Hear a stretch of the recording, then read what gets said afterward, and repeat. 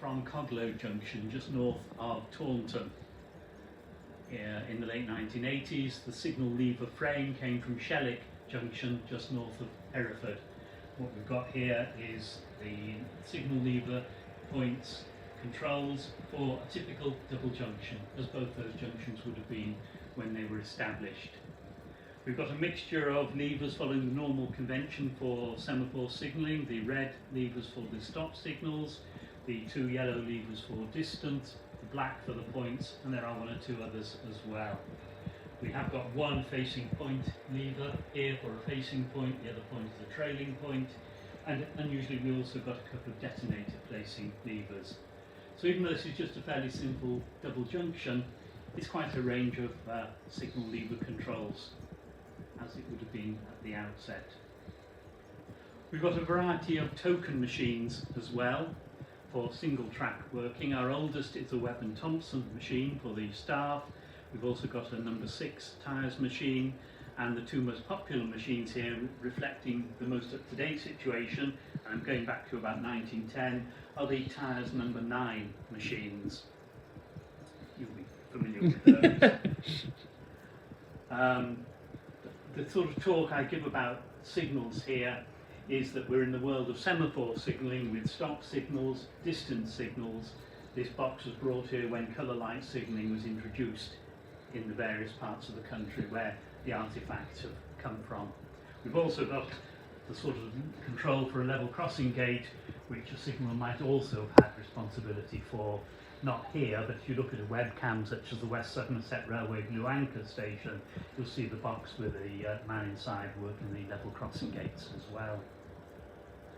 Now, as an aside, not necessarily for recording, you may not be a Great Western person, but this is my present work in progress, a Ganger's occupation unit controller.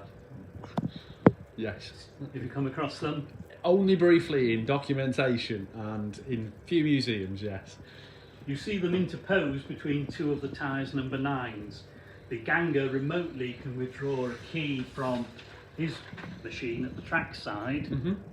That effectively isolates the two tyres machines from each other. So that's his insurance. He doesn't have to have lookouts while he's got that out. And this is the controller, and usually this is a double one, so this would have operated with a pair of these. I'm actually restoring that one at the moment. But like the rest of these, it's big, it's clunky, and I like it. Fairly fail-safe. Dennis made this model because people frequently aren't familiar with signal box diagrams, but again it's the conventional double junction, and I usually talk a lot about facing point and trailing point, and you're fairly hot on. Was it only today you put out something on YouTube? There is a first video went this morning, yes. Yeah, I saw that second before part. I came out. The difference between this being a facing point, which requires an independent lock to prevent it changing while the train is traversing over it. This one is a trailing point. Movement from the branch line or from the main line trails through it, and it is not quite such a dangerous event if a train goes through with the point set incorrectly. It forces its way through. It's not dangerous, but it probably wouldn't do the point mechanism very much good. Oh yes, we've been there. Dalwhinnie. Yes. They had that, they went through a facing point and it changed automatically just north of, Aberdeen, towards Aberdeen way, yes. wasn't it? Not that long ago. So, anything you want to ask? Instruments. We haven't got a great range here. We've got signalling failure instruments. If a bimetal strip or a paraffin lamp is detected to go out, you get this sort of instrument indicating a failure of the lamp or several lamps in series, so all you know is one or other of them had gone out. Fairly conventional track occupation instrument, picking up on the track circuiting, where it's important for the signalman to recognise when the train is or isn't on a particular section of track. Block bells, we've got a couple of block bells here. I was just saying to those people when you came in, the signalman here would be dealing with at least 3 other signalmen and would require the tone to be different so he knew who was signalling him. These are the older style of block bells. The tyres number 9s incorporated a bell within the actual control itself. a Spagnoletti machine, again used for controlling up and down line movements, dating back to the very late 1800s, Spagnoletti being one of the leading signal engineers.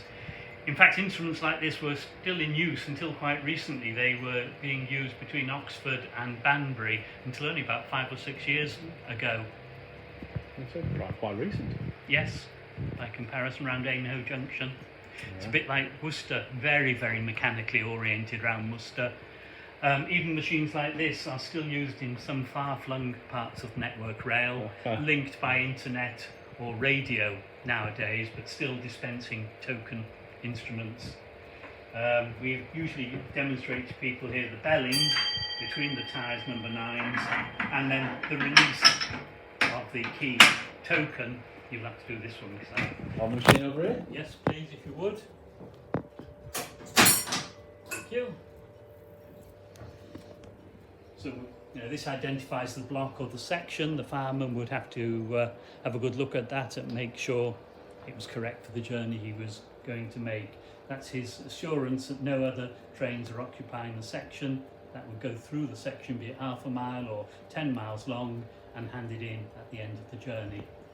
If it's awkward for people to transfer these, you could get carriers like these for handling from the signaller to the engine staff. It helps because the footplate staff are going to be up there, and I would be having to reach some way up to either give or accept a token from them. Quite a few people think this is the token. They don't realise it's just a carrier. Right, anything else you'd like me to... I'm going to say,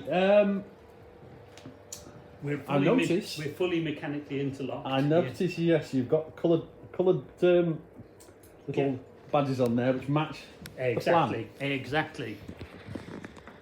Because if I clear the route for a movement through from right to left, the first thing I do is lock the facing point. I then clear, if I can, the starting signal, and then I change over the up main home to release the train, and finally the distant signal. And then we make the point that the distant has locked this pair have locked the facing point lock. So on the red, that would be facing point lock, home, distant. No. Oh, sorry, other way around. Sorry, the labels. The distance down here. There, yes. That's the starting signal going out. Yes. Not everyone understands.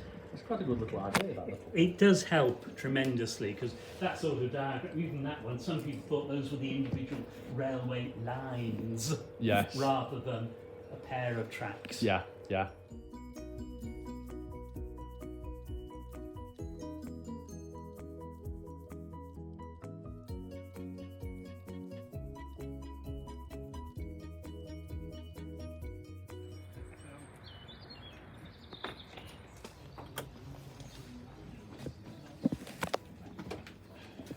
It's a bit of a mess in here, but it's lovely.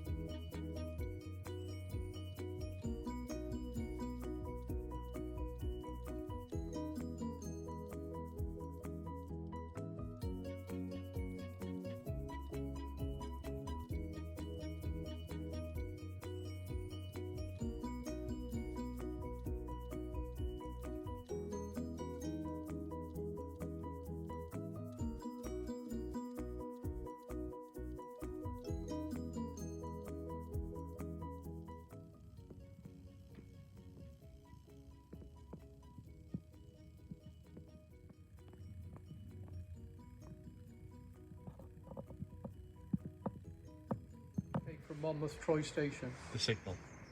signal. Do you know where the other one came from? Do you know where that one? Not offhand. Not offhand. I'll tell you down over there. I believe it was Bar. Yes, it was Bar. From Bath. Which signal it was, I don't know. There is a photo there on